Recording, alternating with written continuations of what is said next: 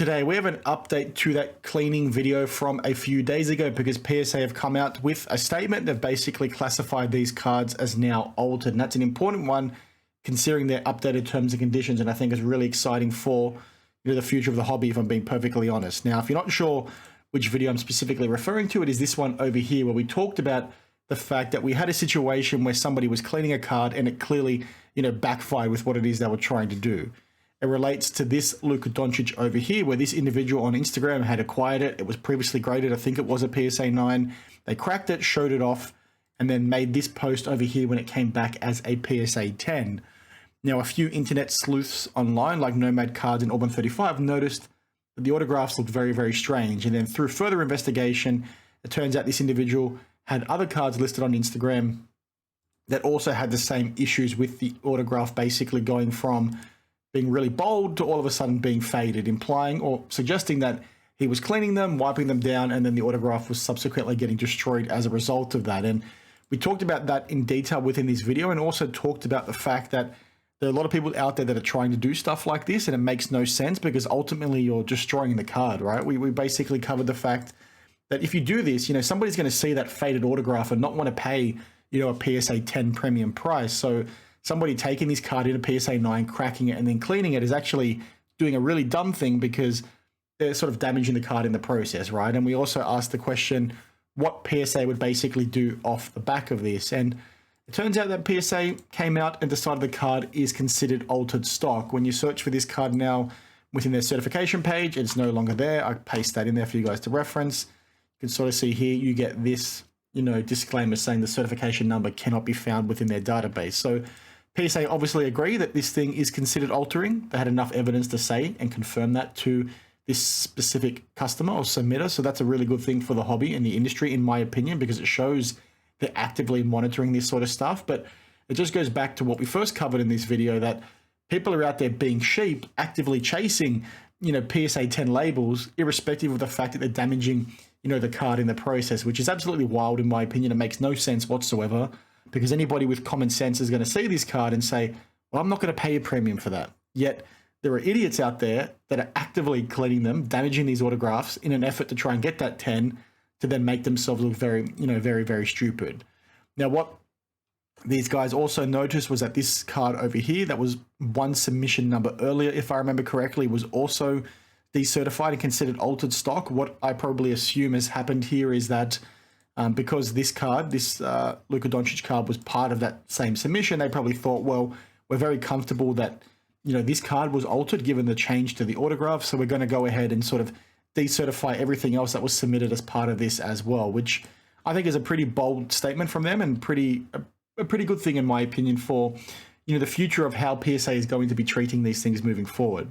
Some people will say, what's the big deal, blah, blah, blah. But from my perspective, you're doing this, it goes against their T's and C's, in particular their updated T's and C's, which are crystal clear now about adding wax and polish and cleaning solutions to cards as being considered altering. And when you submit a card, you're entering into a contract with them, also agreeing to that fact. So the fact that PSA have that policy and now standing by it, I think is really, really good. Now, obviously, there's a whole other talking point there around whether or not PSA can actually spot this stuff themselves. I don't think they can, but that shouldn't distract or deter from their policy in the first place, is what I'm trying to say. They've got a policy.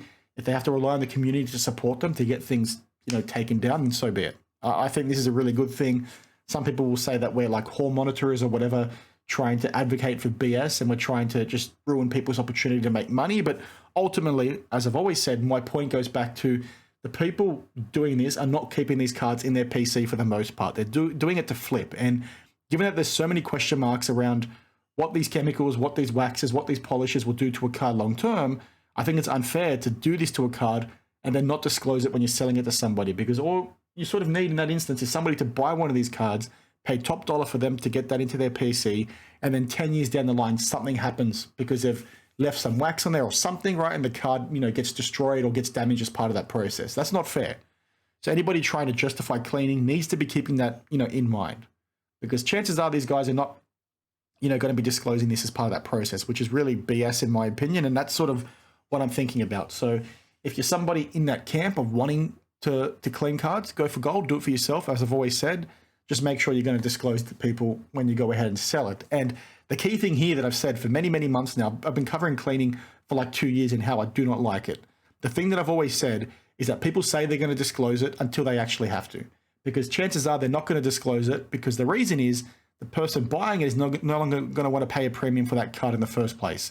And they know that, the person selling it inherently knows it, which is why they don't disclose it in the first place, which is exactly why it's unethical and exactly why you shouldn't be doing it. Because if you don't have enough backbone, enough fortitude within yourself to disclose it to somebody to eat that loss, then you don't deserve to be selling that card in the first place. And I know that was a bit of a ramble, but I think you guys get what I meant by that whole thing. Now, very quickly, I think some people in the last video said, well, how do we know this guy was actually cleaning? We can only go off the photos. Maybe it was just the lighting. Clearly the lighting is different between these two images, but that autograph is faded over here. That is now gone streaky. That is not simply a difference in lighting. So if you're one of those people, I think you need to pay closer attention to the photos yourself. And to sort of double down even further, this individual who's now deleted a bunch of photos and comments from his page was actually defending the fact that he was cleaning in some of his comments. And some of those screenshots, are floating around on the internet too. So this guy has apparently, confirmed that he did in fact clean these things in the first place. So, it is what it is. I'm really, keen to hear what you guys have to say on the situation. Like I said, some people can get really angry about the fact this thing was taken down and that I've now made an update to the video. But the purpose of this is not to ruin people's livelihoods and not to ruin people's fun.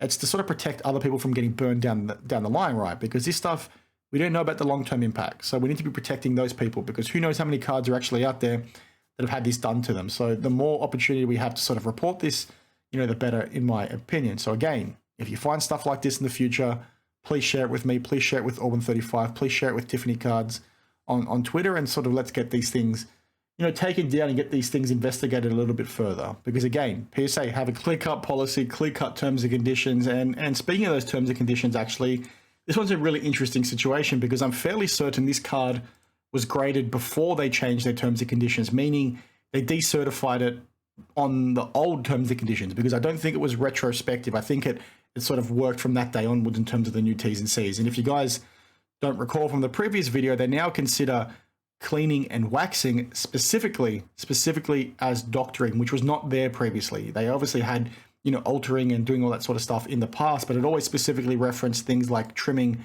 and recoloring. Now it explicitly calls out bleaching, cleaning, and waxing and the like. So that's obviously an interesting change with regard to their T's and C's, and why it's really good now, because it makes it very explicit. And all these people out there, like Kurt from Kurt's Card Care as an example, trying to defend what they're doing and justify why you can still submit them, is now sort of debunked, right? Because PSA's T's and C's are crystal clear.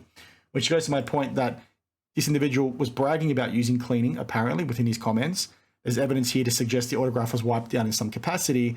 PSA have decertified this under their old T's and C's, or so it seems. So I could be wrong on that, but that's just an interesting one that I think is worth keeping front of mind too. So, that's sort of it for today. I hope you guys enjoyed the video. I just wanted to give you that quick update to the whole situation.